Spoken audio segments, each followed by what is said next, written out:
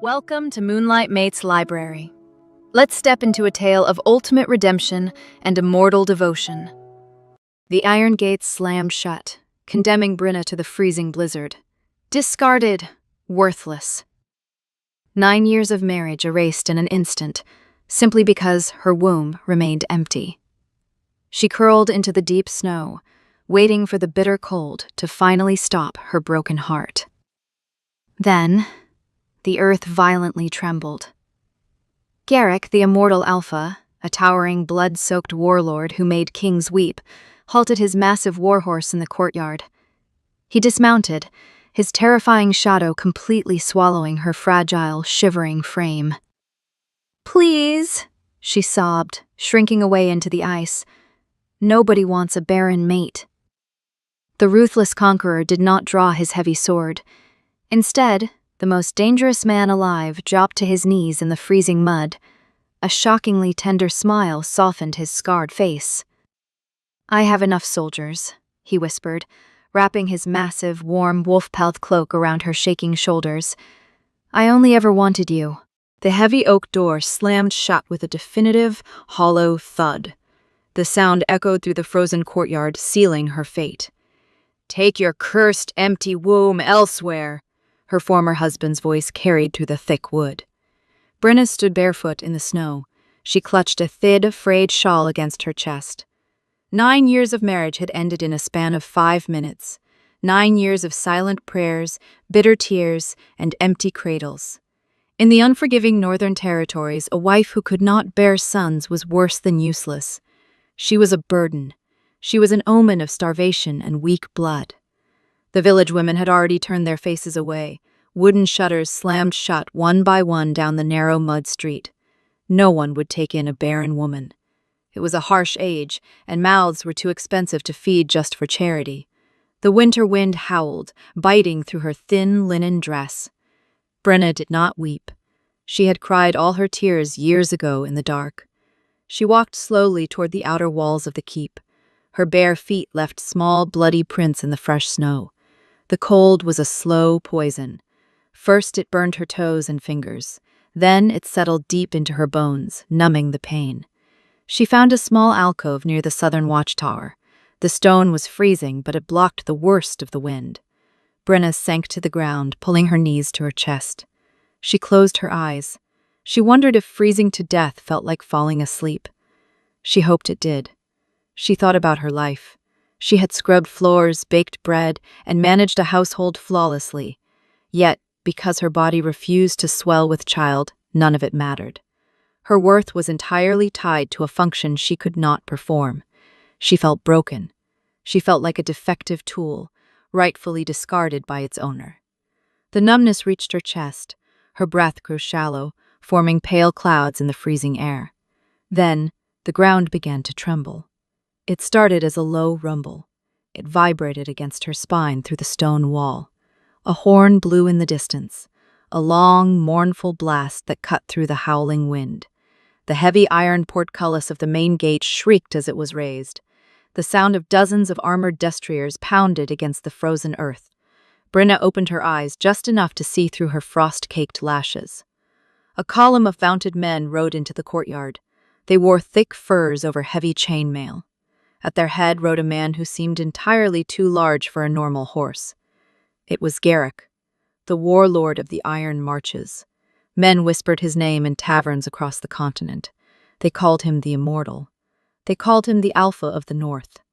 He was a man who had survived a dozen fatal wounds, returning from every campaign covered in the blood of his enemies. He ruled with absolute, terrifying authority. Garrick halted his massive black stallion in the center of the courtyard. The horse snorted, stamping a heavy hoof into the snow. Brenna tried to shrink further into the shadows. The last thing she wanted was the attention of the warlord's men. But Garrick's head turned. His sharp, dark eyes scanned the perimeter. They locked onto the small alcove. He did not shout orders. He simply raised one armored hand. The entire column of riders stopped instantly. The silence in the courtyard became absolute, broken only by the wind. Garrick dismounted. The heavy thud of his boots against the snow sounded like a death knell. He walked directly toward her. Brenna trembled, terrified that she was trespassing on his stone. He stopped towering over her. His broad shoulders completely blocked out the gray winter sky. Brenna kept her eyes on the snow, waiting for a brutal kick or a harsh command to leave. Instead, she heard the heavy rustle of fur and leather. Garrick unfastened the massive wolf-quilt cloak from his own shoulders. He knelt in the snow. The warlord did not care about the mud or the ice. He reached out and draped the heavy, incredibly warm fur over her shaking body. Brenna grasped. The scent of wood smoke, old leather, and a distinctly masculine warmth enveloped her. Before she could speak, his large, calloused hands slid beneath her knees and behind her back. He lifted her with effortless strength. She weighed absolutely nothing to him. "My lord," Brenna whispered, her voice cracking. "Save your breath," Garrick said. His voice was deep, a low rumble that vibrated through his chest against her cheek. He carried her past his stunned soldiers. He carried her past the whispering servants. He did not hand her off to a maid. He brought her directly into the great hall, up the heavy stone stairs, and into his private chambers. A massive hearth fire roared in the center of the room. He laid her gently on a large bed, covered in thick furs. The heat of the room hit Brenna violently. The sudden shift in temperature made her body ache, and the reality of her situation came crashing down. She was in the warlord's bed, a man who could have any young, fertile, beautiful woman in the kingdom. Panic seized her throat. The old conditioning, the years of verbal abuse from her former husband, flared up in her mind. She tried to push herself up. Clutching the heavy fur to her chest, her hands were shaking violently. "You don't understand," she stammered, her voice thick with tears. "You should throw me back out. They threw me out." Garrick stood at the edge of the bed. He was pulling off his heavy leather gauntlets. He paused. "Why would they do that?" he asked quietly. Brenna broke. The shame of a decade spilled out of her in a jagged, painful sob. "Because I am broken!" she cried out. The tears ran hot and fast down her pale cheeks. She looked away from him, unable to bear the disgust she knew would be in his eyes. "Nobody wants a barren mate," she sobbed, burying her face in her hands. "I can give you nothing. I have no value."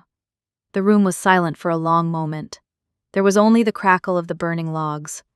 She waited for his heavy footsteps to move away. She waited for the door to open and the guards to drag her out. Instead, the mattress shifted. Garrick sat on the edge of the bed beside her. He reached out. His large hand gently caught her chin, forcing her to look at him. There was no pity in his dark eyes. There was no disgust. The feared warlord, the immortal alpha who made kings tremble, just looked at her with a quiet, fierce possessiveness. He smiled. It was a small, purely genuine expression that softened the harsh lines of his scarred face. "I have enough soldiers, Brenna," he said softly. "I only ever wanted you." Brenna stared at him. She thought her ears were playing a cruel trick. Warlords did not speak like this. Men did not look at useless women with such reverence. "You are mocking me," she whispered. She pulled the fur tighter around her neck. Garrick did not laugh. His jaw tightened, a muscle feathering beneath his scarred cheek. "I have never mocked you," he said. "I have spent 10 years looking for you." Brenna frowned. Her mind was foggy and slow from the cold. 10 years ago, she was just a farmer's new bride. She was a nobody in a forgotten village. "You do not remember," Garrick stated. It was not a question. He stood up and walked to a heavy iron-bound chest near the fireplace. He opened it. He did not pull out gold, silver, or battle trophies. He walked back to the bed, holding a small, faded piece of coarse blue linen. Brenna's breath caught in her throat. She knew that cheap fabric. It was a piece of her old winter cloak, the one she had lost during her first year of marriage. Her former husband had beaten her mercilessly for losing it. She had told him it simply blew away in the winter wind. "The old mill at the edge of the Blackwood," Garrick said quietly. The memory hit Brenna like a physical blow to the chest. She had been walking back from the river. A terrible thunderstorm had broken out, turning the roads to deep mud. She had taken shelter in the abandoned mill. But she was not alone inside. A man was huddled in the darkest corner of the ruin. He was covered in mud and deep, bleeding slash wounds. He looked like a cornered wild animal. He was holding a broken broadsword, ready to fight to his last breath. Brenna had been terrified, but she had also seen the agonizing pain in his dark eyes. She did not run away. She did not scream for the local guards to collect a bounty. Instead, she tore the hem of her only winter cloak. She knelt in the dirt beside a highly dangerous stranger. She bound his deepest wounds with her clumsy hands. She left here her only piece of bread and her full water skin. "You were freezing," Garrick said, his voice dropping to a low, rough rumble. "But you wrapped your own cloak around my shoulders before you left." Brenna looked at his massive, powerful frame. It was impossible to connect this warlord to that dying man in the dirt. "They were hunting me," Garrick continued. "I was a dead man.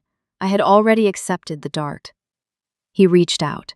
He gently traced the line of her jaw with his calloused thumb. "Then a girl with kind eyes gave me her food and her warmth. You gave me a reason to stand back up." Brenna leaned into his touch instinctively. His hand was rough but incredibly gentle against her bruised skin. "I was just a girl," she whispered. "I did what anyone would do for a bleeding man." "No," Garrick said firmly. "Anyone else would have sold me to the king's men for a silver coin." He placed the scrap of blue linen in her palm. He gently closed her cold fingers around it. "I fought my way out of that forest. I built a mercenary army. I conquered this entire territory." He looked deep into her eyes. "I did it all to build a keep safe enough for you." A loud knock sounded at the heavy oak door. It broke the intimate silence in the room. "Enter," Garrick commanded. His voice instantly shifted back to the cold authority of a military commander. The door opened. 3 servants hurried into the large room. They carried silver trays piled high with roasted meats, hot bread, and steaming broth. They kept their eyes glued to the floorboards. They were clearly terrified of their master. Garrick stood up. He pointed a massive finger at the lead servant. "Look at her," he ordered. The command cracked like a whip in the quiet room. The servants immediately raised their heads. They looked at Brenna, who was instinctively shrinking back into the furs. "This is Lady Brenna," Garrick announced. "She is the absolute master of this keep." The servants immediately dropped to their knees. They bowed their heads entirely to the cold stone floor. "Her word is my word," Garrick continued, his voice echoing off the stone walls. "If she asks for a fire, you burn down the forest. If she is hungry, you empty my storehouses." He stepped closer to the kneeling servants. The sheer physical size of him was deeply intimidating. "If anyone speaks to her with disrespect or mentions her past, I will remove their tongue. Do you understand?" "Yes, my lord," the servants chanted in unison. They were actively trembling. "Leave the food and get out," he dismissed them with a wave of his hand. They quickly set the heavy trays on a wooden table near the bed. They scrambled out of the room, closing the door softly. Garrick brought a bowl of rich, fragrant broth to the bed. He sat down beside her again. Brenna stared at the food, her stomach cramped violently. She hadn't eaten a full meal in 3 days. Her former husband had often withheld food as punishment. He constantly claimed a barren woman did not deserve full winter rations. She reached for the heavy bowl, her hands still shaking slightly from the cold and the shock. Garrick moved the bowl slightly out of her reach. Brenna flinched, expecting a harsh reprimand. Instead, he picked up the silver spoon himself. He blew on the hot liquid gently to cool it.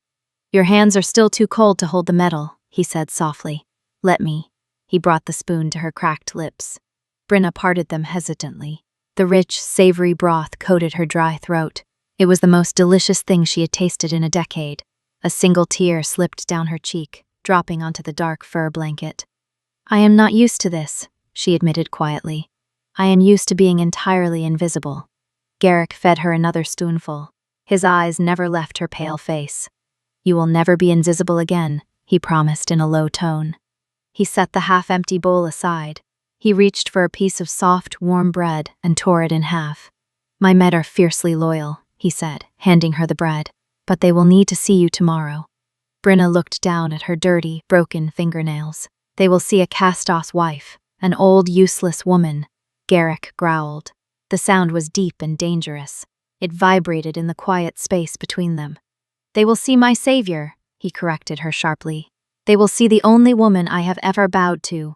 He leaned forward. He rested his forehead gently against hers. Rest now, Brenna. You are safe here. Brenna ate the bread slowly. She tasted the rich butter and the fine salt. In her old home, she was only allowed the burnt, stale crusts. The good flour was always saved for her husband. "Why didn't you come for me sooner?" she asked. The question slipped out before she could bite her tongue. Garrick looked down at his scarred hands. For a brief moment, the fearsome warlord looked deeply ashamed. "I did not know your name for many years," he admitted, "and it took a long time to secure these violent borders." He looked back up. His dark eyes were fierce and unyielding again. "When I finally learned who you were, my spies told me you were married. I thought you were safe. I thought you were happy." He clenched his jaw. "I stayed away out of respect for your marriage. It was the hardest thing I have ever done." Brenna realized then the immense depth of his restraint. He was a man who took whatever he wanted by absolute force. Entire cities fell to his armies, yet he had stayed away from a simple farmer's wife just to protect her domestic peace. "I was never happy," Brenna whispered into the quiet room. "I know that now," Garrick said. His voice turned extremely dark, laced with a very dangerous promise. "My scouts brought me word this morning of what he did to you, of how he threw you out in the freezing snow to die." He stood up. The relaxed, gentle posture was instantly gone. He looked exactly like the immortal Alpha again.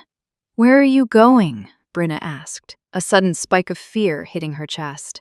Garrick stopped at the door. He looked over his massive shoulder. The firelight caught the harsh, violent angles of his face. "I have a veteran army camped in the courtyard," he said evenly. "And there's a man in your village who needs to learn a severe lesson about throwing my things away." Brenna pulled the thick furs up to her chin. She did not ask him to stop. For the first time in her adult life, she felt entirely, fiercely protected. The winter storm had intensified by the time Garrick reached the village. 50 heavy cavalrymen rode behind him in absolute, disciplined silence. The rhythmic, deafening thud of armored hooves shook the frozen mud of the narrow streets. The villagers cowered behind their locked doors, peering terrified through the cracks in their wooden shutters. They all knew the banner of the Black Wolf. It meant sovereign retribution had arrived at their doorsteps. Garrick did not stop at the village square. He rode directly to the largest and most prosperous house in the settlement. It was a sturdy farmhouse, built with thick stone and heavy oak beams.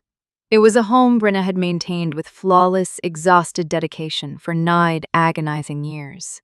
Garrick did not dismount immediately. He simply sat on his massive stallion, staring at the heavy front door. His lieutenant, a towering man clad entirely in dark iron, stepped forward without a word and kicked the wooden barrier. The reinforced door splintered instantly. It crashed inward with a violent, deafening crack. Ewan, Brenna's former husband, was dragged out into the freezing snow mere seconds later. He was a broad-shouldered man who had grown soft and arrogant on the comforts of his wife's relentless labor now.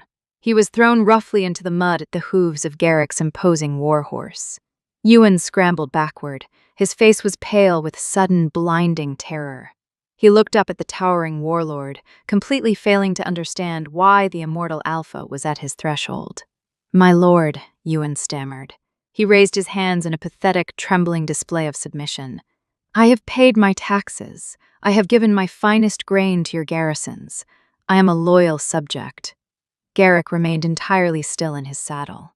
The dark shadows of the twilight seemed to cling to his heavy fur cloak. He looked down at the farmer with a gaze as cold and unfathomable as the abyssal depths. "You threw a woman out of your house this morning," Garrick's voice rumbled over the howling wind. Ewan blinked in supreme confusion. The raw fear in his chest was briefly replaced by genuine bewilderment. "The barren one?" Ewan asked. He clearly thought this must be some bizarre administrative misunderstanding. He actually scoffed, a nervous, ugly sound escaping his throat. "My lord, she was utterly useless to me." The temperature in the courtyard seemed to plummet sharply. The armored knights behind Garrick shifted. Their heavy gauntlets rested menacingly on the pommels of their broadswords. "She was a defective thing," Ewan continued, desperately trying to justify his cruelty to the silent warlord. "A man needs an heir to work this land.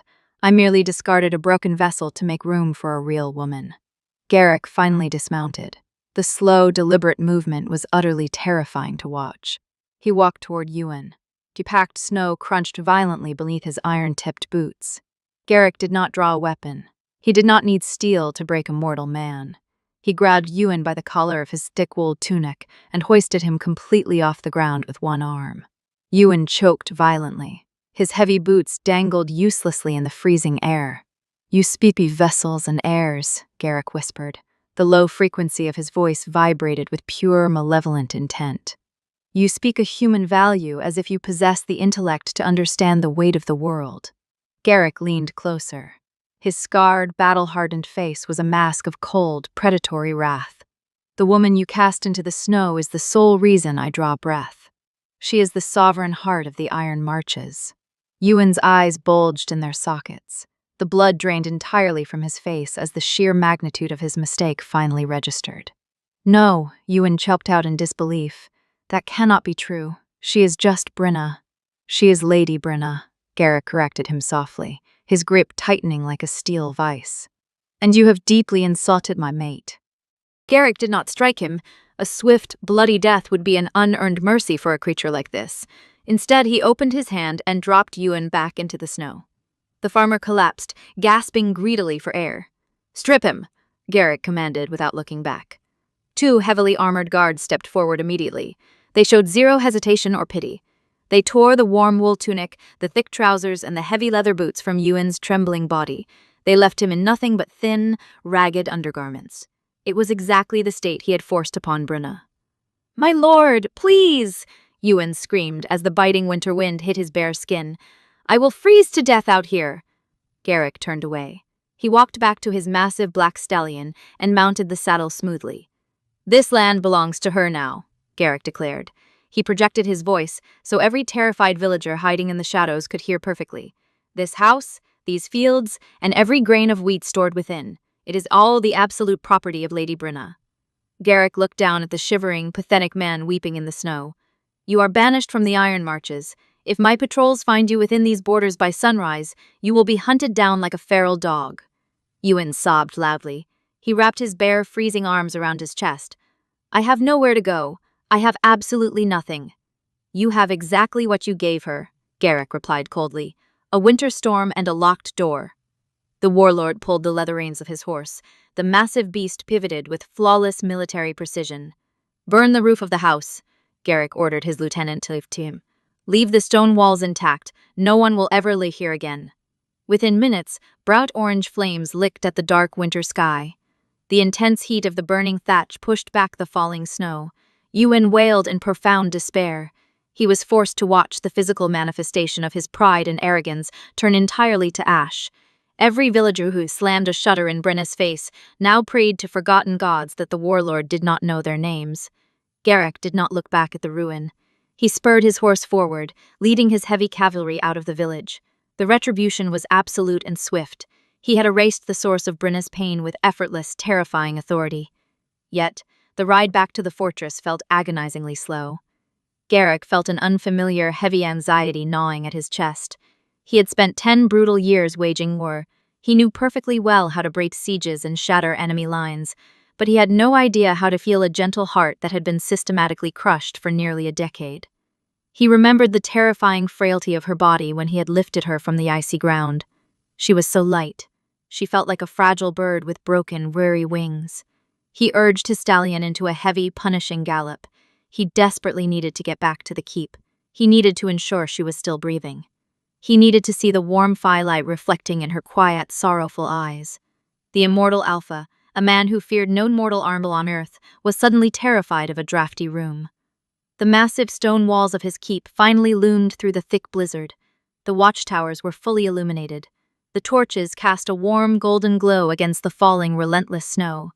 Garrick felt a strange, intensely tight sensation in his chest as he looked up at the high, arched window of his private chambers. It was the first time in his brutal, endless life that he was actually returning home. Garrick left his massive stallion with the night stableman. He walked toward the main keep in silence. The violent storm still raged outside, but the stone walls of his fortress offered absolute shelter. He stopped in the long, torch-lit corridor outside his private chambers. He did not touch the heavy iron door handle. Instead, Garrick unbuckled his thick leather sword belt. He leaned his heavy broadsword against the stone wall. He unfastened the cold steel clasps of his chainmail. He let the heavy armor slide off his broad shoulders, handing it to a silent guard. He did not want the harsh clinking of iron to disturb the quiet room. Garrick pushed the oak door open with agonizing care. The heavy hinges made almost no sound. The large hearth fire had burned down to a pile of deep, glowing embers. The room was incredibly warm. Brenna was completely buried beneath the thick black wolf furs. Only the pale crine of her hair was visible on the soft pillows. Garrick walked quietly across the wooden floorboards. He pulled a heavy, high-backed chair close to the edge of the bed. He sat down in the dim light. He simply watched the steady, rhythmic rise and fall of her shoulders. For 10 years, his mind had been filled with nothing but troop movements, supply lines, and the bloody geography of war. Now, sitting in the quiet dark, the only territory that mattered was the small space she occupied on his mattress. Hours slowly slipped by. The deep black of the winter night eventually gave way to the pale slate-gray light of dawn. The change in light hit Brenna's face. She shifted under the heavy furs. Suddenly, a violent gasp tore through her throat. Her eyes snapped open, wide and filled with sheer, blinding panic. She bolted upright, clutching the furs to her chest, her heart hammered against her ribs like a trapped bird. "The fire!" Brenna gasped out, her voice thin and completely terrified. "I let the hearth die. The bread is not needed." The decade of trauma was hardwired into her bones. Dawn meant relentless labor, and oversleeping meant a portal unforgiving punishment from Ewan. She swung her bare legs desperately over the edge of the tall bed. She did not even register where she actually was. "I have to fetch the water," she muttered rapidly to herself.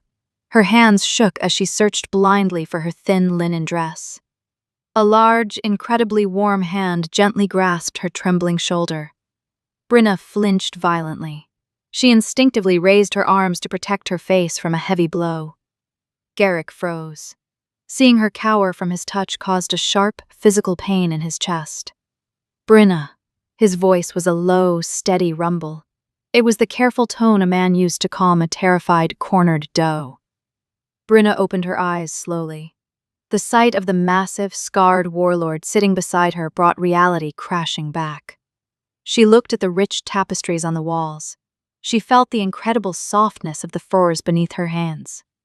The memory of the previous night washed over her, the snow, the cold alcove, and his impossibly warm cloak. "My lord," she whispered. She immediately tried to slide off the bed and onto the wooden floor to bow. Garrick did not let her drop. His large hands held her firmly, keeping her seated safely on the thick mattress. "You are not for anything," Garrick said quietly. "The sun is barely awake." Brenna shook her head. The ingrained fear was too deep to simply disappear in a single night. "You do not understand," she said, her voice thick with unshed tears. "I am a barren woman. I have no other use." She looked down at her work-roughened hands. "If I cannot give a man sons, I must earn my shelter with my back. I can scrub the scullery floors. I can wash the soldiers' tunics." Garrett clenched his jaw.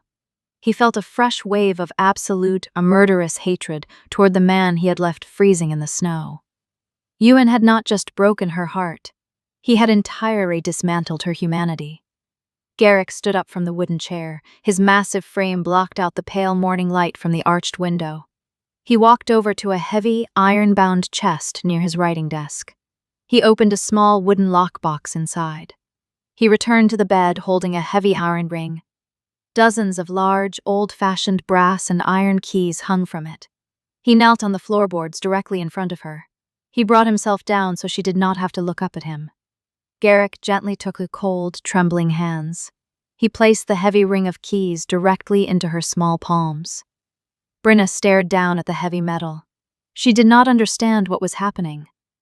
"This is the key to the southern granary," Garrick said, touching a large, square-headed iron key.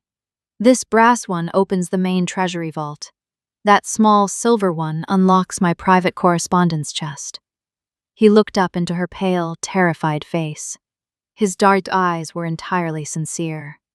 "There are 300 servants in this keep, Brenna. There are women paid well to wash the floors and bake the bread." He closed her small fingers around the heavy iron ring. His large hands enveloped hers completely. You are not a servant. You are not a beast of burden meant to earn your keep with bruised knees. Brenna's breath hitched. A solitary tear spilled over her eyelashes and ran down her cheek. But I cannot give you an heir, she sobbed softly. The deepest, most agonizing shame of her life finally spoken into the daylight. I am an empty vessel. The village women said I was cursed. Garrick reached up. He wiped the warm tear from her cheek with his rough thumb. The village women are fools who measure their worth by the swelling of their bellies, he said firmly. He leaned closer. He needed her to hear the absolute truth in his voice. I am a man who has waded through rivers of blood. I have seen the darkest, most wretched parts of the human soul. His gaze dropped to her lips for a fraction of a second, before meeting her eyes again. When I lay dying in that mud 10 years ago, I did not need an heir. I did not need a son to carry my banner. He rested his forehead gently against hers. The physical contact grounded her frantic heartbeat. I needed mercy. I needed light. And you gave me both. Garrick pulled back slightly. He looked at the keys resting securely in her hands. I do not want a vessel, Brenna. I want a partner. I want the woman who saved my life to share my peace. Brenna looked down at the heavy keys. They represented unimaginable wealth, power, and absolute security. And this fearsome, legendary warlord had just placed them all willingly into the hands of a discarded, broken wife. The thick, suffocating wall of shame that had wrapped around her heart for a decade finally began to crack. 2 older women entered the chamber shortly after Garrick stepped out to attend his morning council. They did not carry mops or buckets. They carried large wooden basins of steaming, scented water and armfuls of rich fabric. They introduced themselves quietly as the head seamstress and the senior maid. They kept their eyes lowered, showing profound respect. Brenna was unaccustomed to being served. She instinctively tried to take the heavy water basin from them, but they gently refused. They bathed her with warm water and soft sponges. They brushed the tangles from her pale, graying hair with a carved bone comb. Then they brought forth the dress. It was made of thick, heavy crimson wool, lined at the collar and cuffs with dark fox fur. It was not the flimsy, revealing silk of a young mistress. It was the substantial, commanding garment of a ruling lady. Brenna stood before a tall, polished bronze mirror. She barely recognized the reflection staring back at her. She saw the fine lines around her eyes and the exhaustion pale on her cheeks. But the deep crimson color brought a sudden warmth to her skin. She no longer looked like a starving beggar. She looked like a woman of enduring consequence. Yet a heavy knot of dread tightened in her stomach. Clothes could hide her bruised ribs, but they could not rewrite her history. She was about to face a hall full of hardened veterans and noble commanders. They would surely know she was a barren cast-off. The heavy oak door opened. Garrick stepped into the room, dressed in a formal black tunic bearing the silver wolf crest. He stopped completely. His dark eyes swept over her from the hem of the heavy wool to the crown of her braided hair. He did not offer flowery compliments. He simply exhaled a long, heavy breath, as if a great weight had been lifted from his chest. You look exactly as you should, Garrick said softly. He walked toward her and offered his right arm. The thick leather of his bracer felt solid and immovable. Brenna hesitated. Her hands were suddenly clammy with cold sweat. They will whisper, my lord, she admitted, her voice trembling slightly. They will wonder why the immortal Alpha brought a useless farmer's wife to his high table. Garrick gently took her hand. He placed it securely in the crook of his arm, trapping it against his warm side. My men do not whisper, he stated flatly, and if any visiting lord dares to, he will leave this keep without his jaw. He led her out of the bedchamber and down the wide stone corridor. The sounds of the great hall drifted up the main staircase. It was a chaotic mix of deep voices, clanking armor, and heavy wooden mugs hitting oak tables. As they reached the top of the grand stairs, Brenna's breathing grew shallow. She wanted to shrink behind his massive frame. Garrick did not let her hide. He slowed his pace, forcing her to walk proudly beside him, step for step. They descended the stairs. A sharp-eyed guard near the entrance noticed them and struck his halberd violently against the stone floor. The sharp, ringing crack echoed through the massive hall. Instantly, the chaotic noise ceased. The silence that fell over the room was absolute and intensely intimidating. 300 battle-hardened men turned their heads. They looked up at the staircase.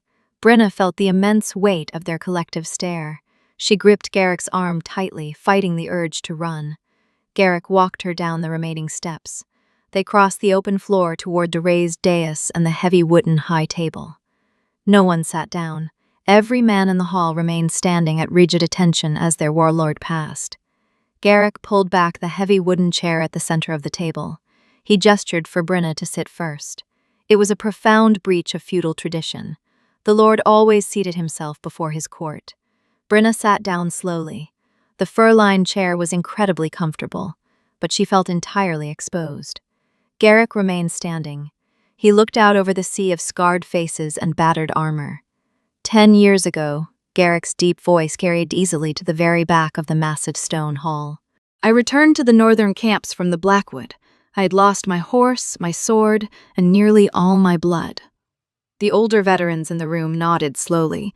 They remembered that dark, terrible night perfectly. I was kept alive by a torn piece of blue linen, Garrick continued, and by the mercy of a stranger who owed me nothing. He placed his heavy hand gently on Brenna's shoulder. The protective gesture was impossible to misinterpret. This is Lady Brenna. She is the stranger from the Blackwood. She is the reason this army has a commander. A man stepped out from the front row of long tables. He was heavily scarred with graying hair and a thick iron breastplate. Brenna recognized the insignia on his shoulder. He was a senior captain of the heavy cavalry. The captain walked to the base of the raised dais. He looked directly into Brenna's eyes. There was no judgment in his weathered face. There was only deep, profound gravity.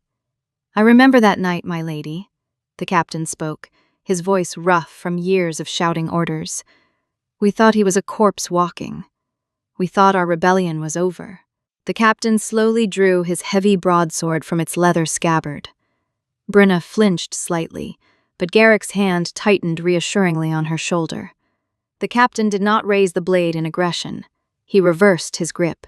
Holding the heavy steel by the blade, he offered the hilt toward Brenna, and then he dropped heavily to one knee on the hard stone floor. My sword is yours, Lady Brenna, the captain swore. My shield is your wall. My life is your toll. It was the ancient oath of absolute fealty. It was a vow usually reserved only for kings. Before Brenna could process the magnitude of the gesture, a loud metallic clatter echoed through the hall. Every single man in the room shoved their ward benches backward. 300 swords were drawn in perfect, terrifying synchronization. 300 battle-hardened warriors dropped to one knee, their heads bowed in absolute, unhesitating submission. Your wall! Your toll! The collective shout shook the dust from the heavy wooden rafters. Brenna stared out at the kneeling army. The air in her lungs felt incredibly thin. She had spent 9 years believing she was a burden to a single, unremarkable farmer. Now, the most feared military force on the continent was kneeling at her feet, offering their lives in exchange for her comfort. She looked up at Garrick.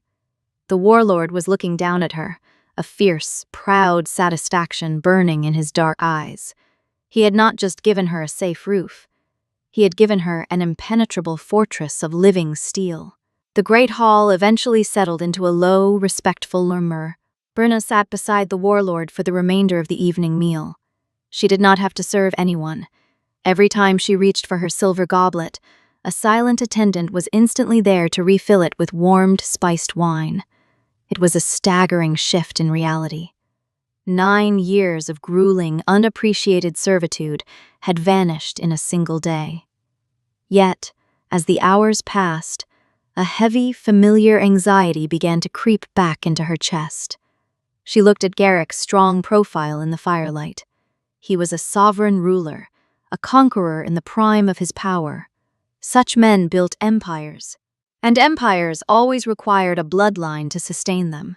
When the meal finally concluded, Garrick offered his arm again. He did not lead her back to the main bedchamber. Instead, he guided her toward a narrow, spiraling stone staircase at the back of the keep. The air grew significantly cooler as they climbed higher into the ancient structure. "Where are we going?" Brenna asked softly. Her hand rested lightly on his solid forearm. "To the apex," Garrick replied. His boots made no sound on the worn stone steps. He opened a heavy, iron-bound door at the very top of the tower. Brenna stepped into a large, circular room. It was starkly different from the rest of the martial fortress. The walls were lined with massive, thick glass windows that had cost a fortune to import from the southern coasts. A large iron brazier burned brightly in the center, keeping the glass from frosting over. Beyond the windows, the entire northern territory stretched out beneath the moonlight. The snow-covered forests and frozen rivers looked like a sea of pale silver. "This is my private sanctuary," Garrick said quietly. He closed the heavy door behind them, shutting out the rest of the world entirely. No guards are permitted up here. No counselors. No servants. He walked over to the thick glass and looked out over his massive domain. Brenna stood near the brazier. The warmth of the coals fought the chill radiating from the high altitude. She looked at his broad back. The anxiety in her chest finally swelled into a sharp, unavoidable pain. "It is beautiful," Brenna whispered, "but it requires a legacy, my lord." Garrick turned his head slightly. He did not speak immediately. "You have conquered a kingdom," she continued, her voice trembling but determined. "You will need a son to hold it when you are gone." She swallowed hard against the tight lump in her throat. Ewan was a simple farmer, and even his small patch of dirt drove him mad for an heir. Brenna took a hesitant step forward. The rich, crimson fabric of her dress felt suddenly heavy and suffocating. "I cannot give you that legacy, Garrick. I am a barren field." The words tasted like ash in her mouth. She hated saying them, but she refused to build a life on an illusion.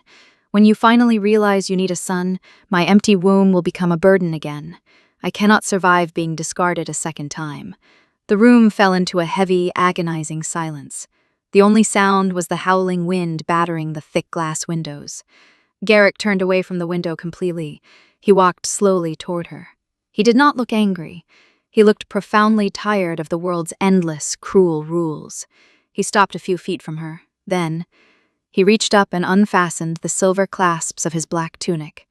Brenna watched in slight confusion as he pulled the heavy garment over his head and tossed it aside. He wore no linen undershirt. His bare chest and abdomen were fully exposed to the firelight. Brenna gasped softly. She brought her hand to her mouth. Garrick's torso was a canvas of horrific, brutal violence. There were thick, jagged scars from broadswords across his ribs. There were deep, puckered starbursts from arrow wounds on his shoulders. A massive, terrifying burn scar stretched across the left side of his abdomen, a permanent reminder of a siege gone wrong. He was not a pristine, untouchable god of war. He was a man who had been torn apart and stitched back together a dozen times. "Look at me, Brenna," Garrick commanded softly. She forced her eyes away from the terrible wounds and looked up into his face. "Do you see a perfect vessel?" he asked, his voice a low, rough rumble. "Do you see a man who meets the world's standard of wholeness?" Brenna shook her head slowly. Her heart ached for the agony he must have endured. "The world expects men to be flawless protectors and women to be fruitful mothers," Garrick said bitterly. He stepped closer. The heat radiating from his large, scarred body washed over her. "It is a lie created by people who have never had to fight for their next breath in the mud." He gently took her hands. He guided her right palm flat against his chest, directly over his beating heart. Beneath her fingers, she felt the rough, raised tissue of a particularly deep stab wound. "My bloodline ends with me," Garrick stated with absolute, unwavering certainty. Brenna's eyes widened. "But your kingdom?" "My kingdom will pass to my most capable generals when I die," he interrupted smoothly. "I did not conquer the North to build a dynasty. I conquered it to survive. And I survived to find you." He moved closer, completely closing the distance between them. "I am a ruin of a man, Brenna. My soul is stained with the blood of thousands." His large hand moved up to cradle the back of her head. His fingers tangled gently in her braided hair. "I do not need a woman to give me children. I need a woman whose spirit is strong enough to anchor my dark one." A fresh wave of tears spilled over Brenna's lashes. They were not tears of shame this time. "You healed my deepest wound 10 years ago," Garrick whispered, leaning his forehead against hers. "You gave me mercy when I deserved the abyss. That is the only legacy I will ever want." Brenna finally let go. The decade of built-up tension, self-loathing, and profound fear shattered completely. She wrapped her arms tightly around his broad, scarred waist. She pressed her face into his warm chest. She did not care about the jagged scars. To her, they were the marks of a man who had fought through hell to bring her home. Garrick wrapped his massive arms around her, crushing her gently against him. He buried his face in her pale hair, breathing in the scent of her skin. High above the frozen earth, shielded by thick glass and ancient stone, they held each other. Two discarded, dirken pieces of the world had finally found the one person who saw them as entirely whole. The harsh northern winter did not relent. It buried the world under relentless layers of ice and desolate silence. Inside the impenetrable stone bastion, Brenna's physical wounds slowly faded. The dark bruises turned to pale shadows and eventually disappeared beneath her skin. Yet, she did not spend her days resting idly by the roaring hearths. The heavy iron keys at her belt were not mere ornaments. They were a profound, sovereign responsibility. Word had reached the inner courtyard that the outer settlements were suffering terribly. The widows and orphans of fallen soldiers were rationing their meager supplies. The winter storms had cut off the southern trade routes entirely. The north was a brutal, unforgiving realm. Usually the vulnerable were left to endure the bitter cold alone, sacrificed for the survival of the strong. Brenna knew the agonizing pain of an empty stomach in the freezing dark. She refused to let it happen within the shadow of her new home. She descended into the vast, cavernous cellars beneath the main keep. Two heavily armed guards walked silently behind her. She approached the massive oak doors of the southern granary. A stout, hardened quartermaster named Thorn stood watch. Thorn was a veteran of many bloody sieges. He respected Garrick with absolute devotion. However, he viewed this new, quiet woman with thinly veiled, traditional skepticism. "My lady," Thorn said, offering a stiff, obligatory bow. "The lower cellars are freezing. It is no place for a woman of your delicate station." Brenna did not retreat from his subtly condescending tone. She unhooked the large, square-headed iron key from her leather belt. "Open the doors, Quartermaster Thorn," Brenna commanded quietly. "We are releasing a third of the salted meat and winter wheat to the outer settlements immediately." Thorn stiffened. His thick, graying eyebrows pulled together in a deep, disapproving frown. "With utmost respect, Lady Brenna," Thorn replied, his voice gruff and unyielding. "Those are military reserves." He crossed his thick arms over his iron breastplate. "We do not feed useless mouths when a siege could easily come in the spring." It was the exact logic Ewan had used to justify his cruelty. It was the ancient, merciless law of the Iron Marches. Before Brenna could formulate an answer, the temperature in the stone corridor seemed to drop sharply. Garrick stepped out from the deep shadows of the intersector hallway. He had been inspecting the lower armory, but the sound of resistance drew him instantly to her side. The warlord did not draw a weapon. His mere presence was a suffocating physical weight in the narrow corridor. Thorn immediately dropped to one knee. The blood completely left his weathered face. He knew he had just risked immediate execution by defying the warlord's mate. Garrick looked at the kneeling quartermaster. His dark eyes promised absolute, immediate violence. He opened his mouth, fully prepared to order the man's tongue removed for his insolence. But Brenna raised her hand. It was a subtle, incredibly calm gesture. Garrick paused. He looked down at her. He saw the cold iron resolve solidifying in her pale eyes. He realized she did not need him to be her executioner in this moment. The warlord stepped back. Crossing his massive arms over his broad chest, he yielded the floor entirely to her authority. Brenna looked down at the kneeling veteran. Her voice did not tremble in the slightest. "Look at me, Thorn," she ordered. Her tone was no longer that of a frightened, cast-off wife. It was the voice of a sovereign lady who had earned her place through fire and suffering. The quartermaster slowly raised his head, his eyes wide with sudden apprehension. "You speak of useless mouths," Brenna said coldly. "You speak of the widows who sent their husbands to bleed out in the mud from this fortress." She stepped closer. The heavy cruisin wool of her dress brushed against the freezing stone floor. "You speak of the children whose fathers died to buy that steel breastplate on your chest." Thorn swallowed hard. He could not maintain eye contact with her. The absolute moral weight of her words crushed his rigid, heartless military logic. An army that starves its own widows is a horde of cowards, not conquerors, Brenna stated flawlessly. Lord Garrick built an empire of iron and strength. I will not let it rust from the inside with cowardice and cruelty. She held out the heavy iron key, forcing it into his line of sight. Open the doors, distribute the grain. And if I hear that a single orphan has gone without fire or bread tonight, you will answer directly to my judgment. Thorn took the key with trembling hands. Yes, my lady. Immediately, my lady. The quartermaster scrambled to his feet. He unlocked the massive oak doors with frantic, desperate speed. Brenna stood perfectly still as the heavy doors swung inward, revealing mountains of life-saving provisions. She felt a profound tectonic shift within her own soul. She was no longer just a survivor hiding behind a warlord's cloak. She had become the shield for those who could not fight. Garrick walked up behind her. He placed his warm, calloused hand gently against the small of her back. "You spared his life," Garrick murmured. His deep voice rumbled with undeniable, fierce pride. "He is a capable soldier, Garrick. He simply forgot why he was holding a sword," Brenna replied softly. The warlord leaned down. He pressed a long, reverent kiss against the crown of her silver-streaked hair. "They will call you the Mother of the North," Garrick said quietly into the cold air. He wrapped his arm around her waist, pulling her firmly against his side. "You will feed 1,000 starving children, Brenna, and every single one of them will owe their future to you." The words sank deep into her heart. They effortlessly filled the desolate, agonizing void that had haunted her for a decade. She did not need a child of her own blood to possess a lasting legacy. She had an entire kingdom to nurture, and beside her stood the most dangerous man in the world, fiercely guarding her absolute right to do so. The deep winter brought isolation, but it could not entirely sever the ancient political ties of the North. 4 powerful provincial barons arrived at the keep a month before the spring thaw. They brought heavy wagons of tribute, an imposing escort of armored knights, and deeply entrenched archaic traditions.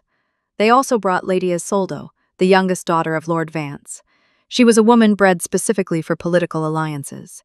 She was young, fiercely beautiful, and draped in expensive southern silks that defied the bitter cold.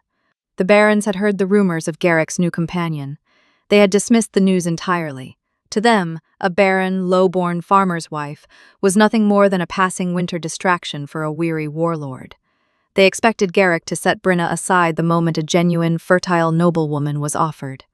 A formal audience was convened in the great hall.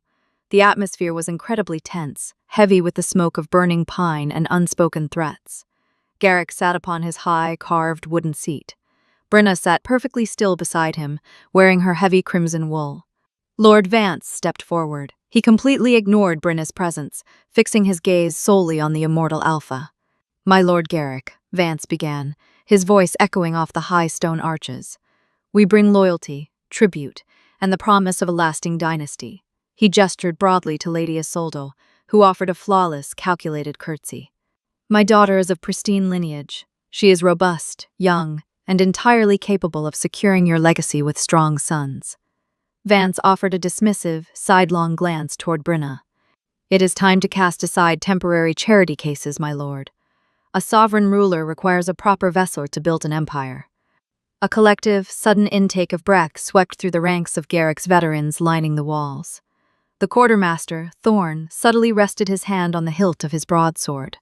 The sheer audacity of the baron was practically a death sentence. Brenna felt a momentary chill brush against her spine. The old, familiar words of being a useless vessel echoed in the vast room. But she did not look down. She did not clutch her skirts in terror. She looked at the young, arrogant noblewoman. Then, she looked at the heavily armed men standing silently to her left and right. These were the men she had fed. These were the soldiers who had sworn their lives to her toll. She felt Garrick shift slightly in the massive wooden chair beside her. He did not roar. He did not draw the heavy steel resting against his thigh. Garrick simply leaned forward. He rested his scarred hands on the armrests of his chair. His silence stretched out, agonizing and suffocating, until Lord Vance began to sweat beneath his thick furs. "You speak of lineage in my hall," Garrick finally whispered. The low frequency at his voice was profoundly terrifying. You bring a child wrapped in silk into a fortress built on mountains of bone, and you demand I alter my providence. Garrick stood up slowly. The physical size of the warlord seemed to consume all the light in the massive room. Lord Vance took a rapid, involuntary step backward. Lady Isolde's calculated confidence completely vanished. My empire is already built, Garrick stated coldly. It was paid for in blood, and it is governed entirely by my will. He stepped down from the dais. His heavy boots struck the stone floor like a tolling bell. The woman sitting upon that chair is not a charity case. She is my mate.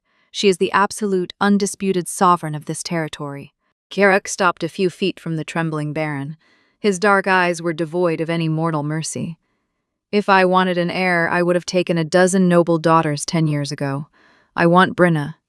He pointed a massive armored finger at the heavy wooden doors of the hall. Take your tribute. Take your daughter, and remove yourselves from my sight before I decide your bloodline ends today. Lord Vance opened his mouth to apologize, his face pale with sudden, consuming panic. Wait, a clear, unwavering voice cut through the heavy tension. Garrick paused immediately. He turned his head and looked back at the dais. Brenna stood up. The heavy crimson fabric pooled elegantly around her feet. She walked down the short stone steps. She moved with a quiet, undeniable grace that no amount of southern silk could replicate. She stopped beside Garrick. She did not look at the terrified young woman. She looked directly into the eyes of the arrogant baron. The winter has been deeply cruel to the outer settlements, Lord Vance, Brenna said evenly. You have brought heavy wagons of grain and salted pork to purchase a crown for your daughter. Brenna held up her hand, silencing any protest the baron might have attempted. You will leave the wagons in our courtyard. You will surrender 30% of your spring trade profits to the central treasury. Lord Vance stared at her in absolute shock. My lady, that is an extortionate tax. It will cripple our estates. It is the price of your insolence, Brenna corrected him softly, and the cost of feeding the orphans you completely ignored on your journey here. She stepped closer to the defeated nobleman. Her gaze was as cold and sharp as northern ice. You may leave with your lives, but before you walk out of those doors, you will acknowledge who holds the keys to this kingdom. Brenna stood perfectly straight, an unyielding pillar of hard-won authority. Kneel, she commanded. Lord Vance hesitated for a fraction of a second. Then he saw Garrick's hand drop casually toward the hilt of his broadsword. The proud, ancient baron collapsed to his knees on the cold stone floor. His heavily armored knights followed instantly. Lady Isolde sank to the ground, her expensive silks dragging in the dust. They bowed their heads, entirely subjugated by a woman they had deemed useless just moments before. Brenna looked down at the kneeling nobility. She felt no cruel triumph, only a profound, quiet peace.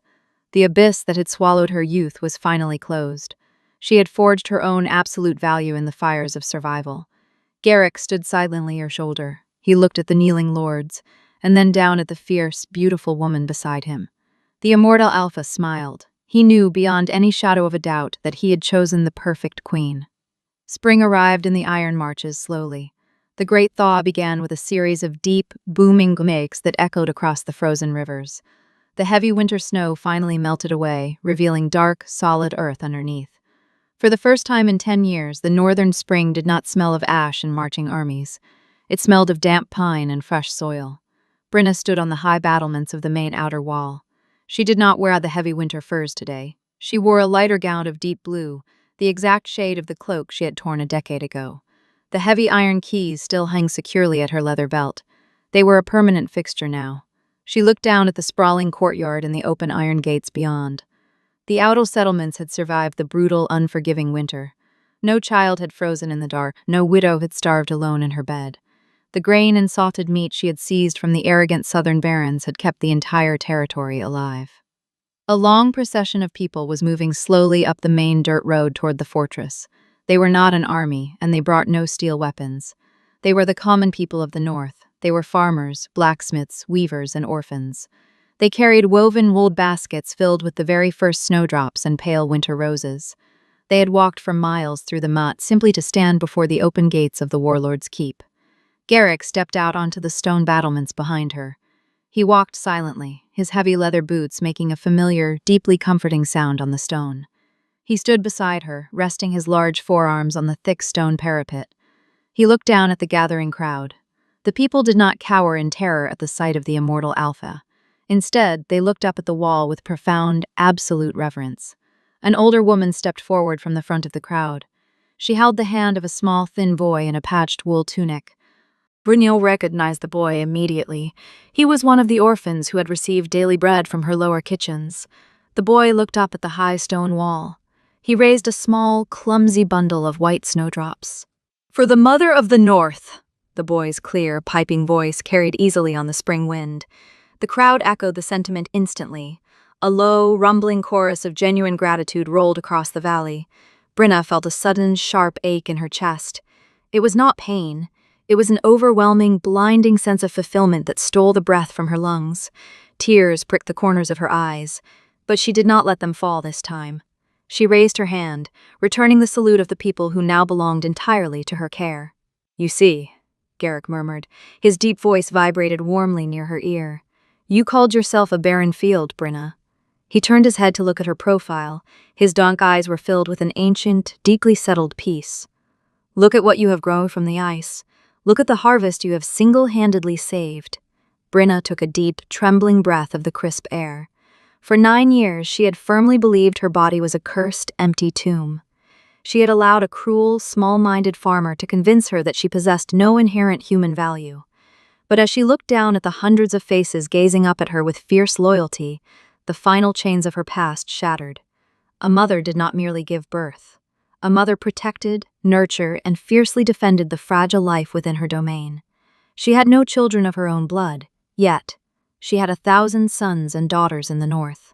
She turned away from the stone wall and looked directly at Garrick.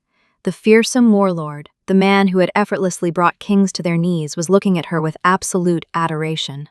He had built a massive empire of steel and violence, but she had given it a beating heart. Brynna reached out. She rested her hand flat against his scarred chest, right over his steady heartbeat. "They told me a woman without a son would leave no mark on this earth," she murmured. Garrick shook his head slowly. He covered her hand with his massive, calloused palm. "Your mark is carved into the very bedrock of this territory," he answered firmly. "Centuries from now, they will not sing songs of my military conquests. They will sing of your mercy." He stepped closer, completely blocking the cold spring wind from her shoulders. "Ewan threw away a quiet wife," Garrick said. The old, murderous anger was completely gone, replaced by the calm of absolute victory. He did not realize he was tossing the key to the entire north into the snow. Brynna smiled. It was a genuine, radiant expression that erased the heavy years of suffering from her face entirely. "I was so terrified you would eventually want someone else," she confessed quietly into the open air. Garrick wrapped his thick, powerful arms around her waist. He pulled her flush against his solid, immovable frame. He rested his forehead against hers, closing his eyes against the bright morning sun. "I spent my entire life walking through blood, mud, and endless death," he whispered roughly. "I do not want another woman. I do not want a dynasty. I do not want anything the world tells me I should have." He opened his eyes. They burned with a fierce, eternal promise that anchored her soul completely. "I said it the night I found you freezing in the shadows, and I will say it until my last breath leaves my lungs."